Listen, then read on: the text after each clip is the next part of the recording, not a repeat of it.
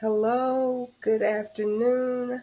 Welcome to Only Believe, my YouTube channel. I thank you all for joining me. I really do appreciate you for coming out each and every time that you view, like, subscribe, share. It is such a blessing to me and I appreciate you. My name is Yolanda Anderson and I am here with you today with another recording and another teaching on just some faith nuggets, I like to call them, where the Lord has revealed to me and He has given me the opportunity, the privilege, and the obligation to share with you all those things that He is sharing with me.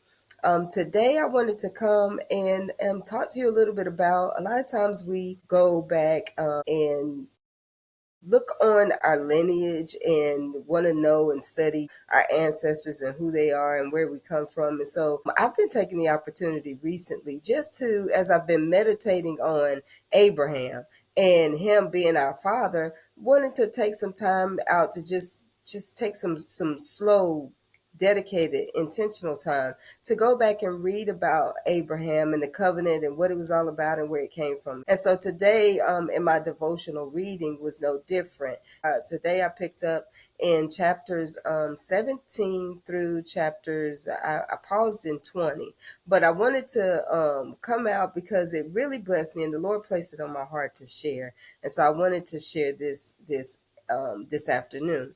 And so, just a little bit of background, I have been also listening to my pastor, which I give a shout out to him, Dr. Tajay Pulliam. He is also on YouTube. Go check out the channel. It's Sunlight Television on YouTube. Go back and listen to those messages he's been talking about praying in the Spirit and the Holy Spirit. And one of the topics that he's talked about that's really kind of stuck with me recently has just been just being a platform. And he's been teaching on that. And so I wanted to talk about that a little bit. And even I started thinking about it. So when he mentioned it initially about us being a platform, and I can honestly say that when I first heard about it, I wasn't particularly initially. I didn't like it. I liked the idea, nor even did I understand it completely and fully what it meant. But when I went to the Lord about it and I started inquiring of the Lord about it, He did start sharing with me a little bit more of what that meant. And so God let me know, even see His perspective of it as an assignment of being a platform for others and not so much as a burden as I initially started viewing it. But it was an assignment from Him to carry the weight of others and to see it as a privilege and not a burden of work. And so now I'm honored. I can honestly say that I am truly honored to be called, I guess you can say, to be a platform. And I'll go into a little bit more about what that means or what that meant for me. But as I was reading, and you might see me look down a little bit because I took a lot of notes on this and I want to make sure that I get this information to you the way the Lord gave it to me. But just as I was reading the account in Genesis where God and Abraham had conversed in person, and in those verses, God agreed with Abraham that he would spare the city. He was talking about Sodom and Gomorrah. And he would spare the city. And Abraham had negotiated with God, Lord, if you could find 10 righteous people in this city, would you spare it? And God agreed and said, yeah, if I can find 10 people in this city, because this sin has come up to me and it has imposed a big outcry, and I'm going to destroy the city. And so God and Abraham, like I said, they were conversing, and Abraham talked to the Lord and talked him down to, Lord, if it's 10 people in the land, will you just save it? And so the Lord said yes. And so God came down when He spoke to Abraham in chapter 17. He came down with two angels, and I thought that was fascinating in and of itself, that He came in person. But when God left Abraham, the two angels went ahead into the city of Sodom. And when they got there, they were greeted by Lot. And that, I thought that was strategic, of course, and intentional. But they were greeted by Lot. And long story short, Lot had invited them into his home, and they came in, and Lot fed them, and they ate again because it was another day. I believe the story goes in the account in Genesis. Then the sinful people in the city came to Lot's door knocking and saying, hey, who are those men that came in? Let them out so we can be with them intimately, sexually, be with them. And Lot went out. It's like he closed the door behind him because it almost, the way I read it, because I read it in NIV, and it was like a shame. It was like, no, don't do this. Don't do this. These men are coming in under my care. I have two daughters that's never been with anybody. Take them. And they were like, no, no, we want those men. We want those men. And so Lot was pleading with them, but the men, the angels, pulled Lot back into the house because the men were just trying to push past him to get in, pulled him back in and said, listen, get your family and get out of here. They basically said, do you have any other people with you? They were going to spare them. Again, hold fast to that note. They were going to spare them. So he told him, he said, Lot, get your family. He told his son-in-laws. They was like, no, they didn't believe it. They laughed and scoffed him. And so he went back to his house, and the angel said, listen, hurry up, because we got a job to do, basically. And the thing I think that really made me pause and stop was that the angels told Lot, let's go, because it's time to go. And Lot hesitated, right?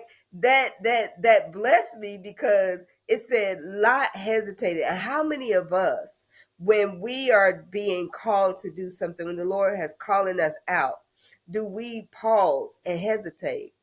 But the powerful piece that stuck out with me the most was that the angels at that time, when he hesitated, that the angels of the Lord grabbed his hands, the hands of his wife and his two daughters, and pulled them out of the city. That blessed my life. I had to pause and give God praise, because that was the mercy of God. That really blessed me. It really, really blessed me, because a lot of times we as people, we do the same thing.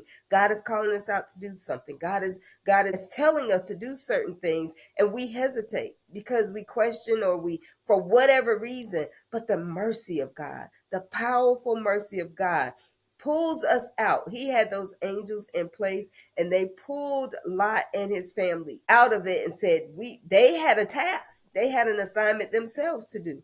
And so they pulled them out and told Lot to go into the mountains. And Lot said, I'm not going to be able to make it. Please help me, give me the opportunity to go into this city. And then they said, okay, fine, we'll do that. But get there, and get there quickly. And then the other powerful thing that came out of that reading was that they waited.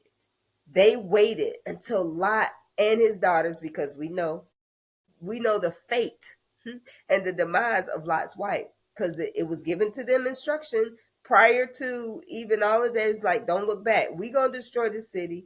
Get your family, get your stuff, and go.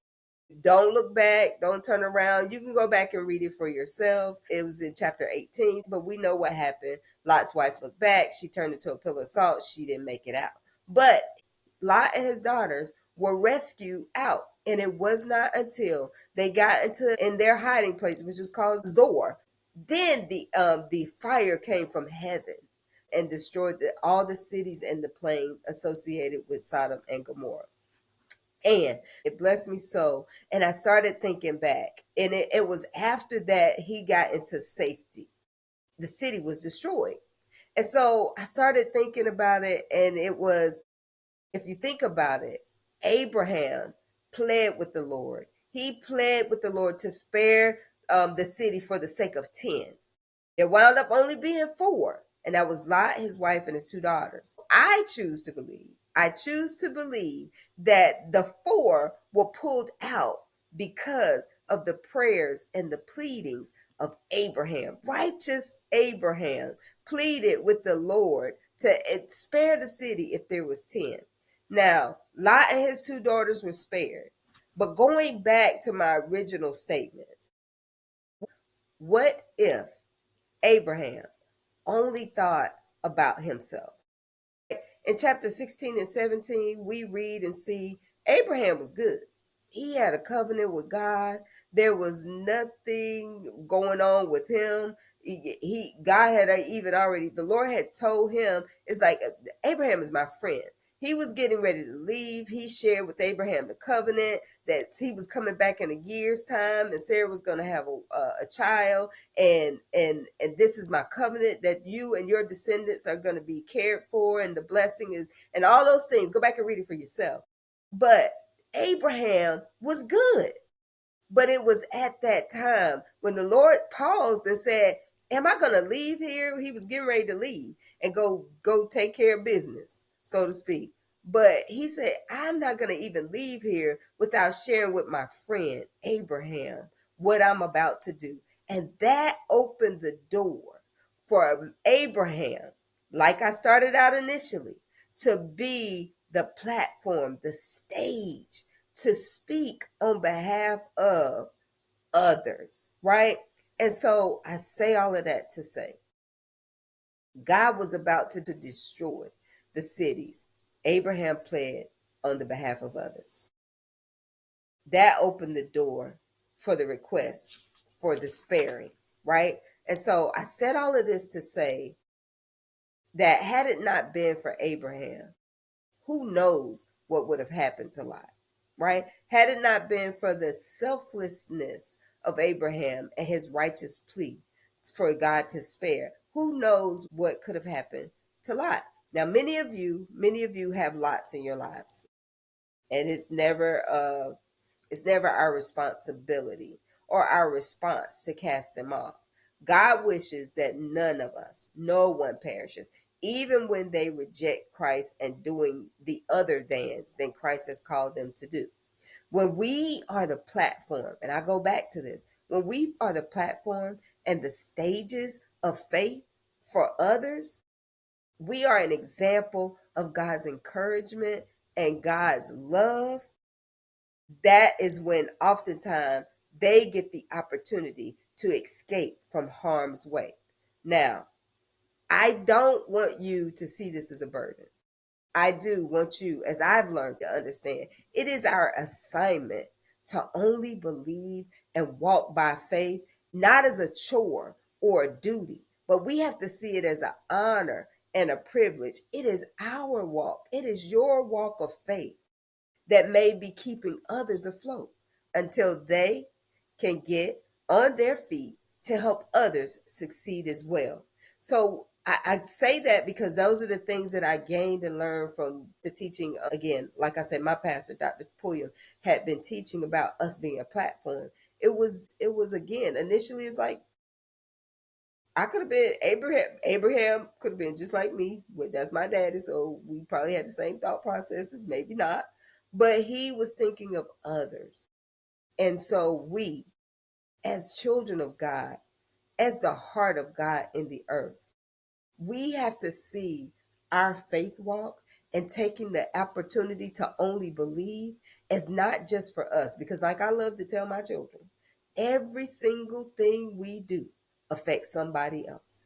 And that goes positively as well as negatively. So I say to you this is that when we take the opportunity to walk out our faith, y'all, I know it, I believe it, people are watching us. And as people are watching us walk through this walk of faith, they need for us to win. We have to have victories because others are counting on us. Others are standing on us as obligatory as that may be, as burdensome as that may be. But we have to see it as our assignment. And I promise you, I believe it and I know it.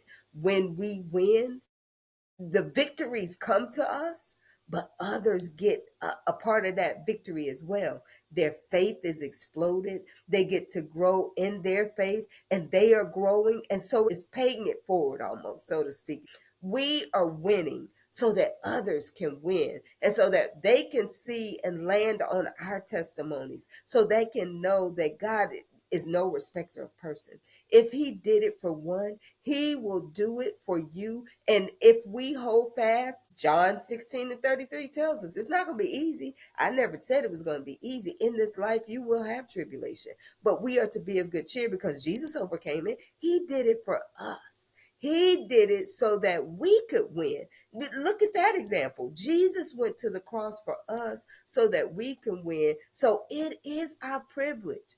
and an obligation for us to win as well, so that we can continue to push forward and pay it forward, so that others can continue to win on us. Again, I say to you, initially when I heard this whole message of platform, I didn't like it, nor did I understand it completely.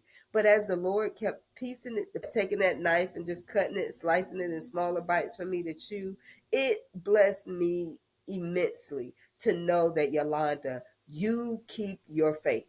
You are winning, not just for the victories for you, not just for the breakthroughs and outcomes for you, but so that others can win. It is our assignment to win so that others can win on top of our platform. Keep your faith, walk it out. Others are counting on you. So you win, so they can win, so others can win, so we all can win, because that is the love of Christ. That is the love of God. I thank you, and I share again with you. It is our privilege to only believe what God said, to take him at his word. I was blessed the other morning because the Lord brought that to my heart, is that it is sweet to trust in Jesus, just to take him for what he said, to rest on his promises, and to know what he said. Thus saith the Lord. So I share again, I come and I share with you, set the stage. Be that person, be that individual, be the one that God can use, that God has chosen to set the stage for others so that they can win. You're going to benefit because you're going to win. You're walking out your faith and you're going to win. But knowing also that you are winning so others can win on your platform as well is an encouragement. Let it be an encouragement, and encourage them as you're winning. Encourage them on how they can win. Strategize, teach them, encourage, collaborate, share the word and wisdom that God has given to you, so that they will be blessed as well. I want to thank Pastor Pulliam for the messages and teachings. Again, I say go out to Sunlight Television on YouTube. You can go to Roku on the channel and actually get the app and go back and get certain things live and on demand as well. You can go back and watch some of the recordings, but they're also on YouTube. But again, I encourage you to go out and get those teachings as well, because again, that platform was a platform for me to elevate and grow. And I'm here now to share with you so others will grow. We all have our own different audiences. We all have our own different assignments, but we're in this together for the kingdom and for the love of Christ and for the love of others. And so I share with you, please keep your faith. Walk strong. The road gets tough, but that's what we're here for, to walk together with one another, to share, to win, so that others will win with us. Again, I love you. My name is Yolanda Anderson, and thank you for coming out to my channel. Please share. Take the time to like, click on the bell so that you get the notifications when videos are being uploaded or even when we go live. But please make sure that you like, please share this if you enjoyed it, and make sure that you stand in your faith, set the stage, continue out from your victory, go in your victories, win, because others are waiting and counting on you to win, because their wins come from your wins as well. I love you. Again, my name is Yolanda Anderson, and remember, we are believers, so only believe. God bless.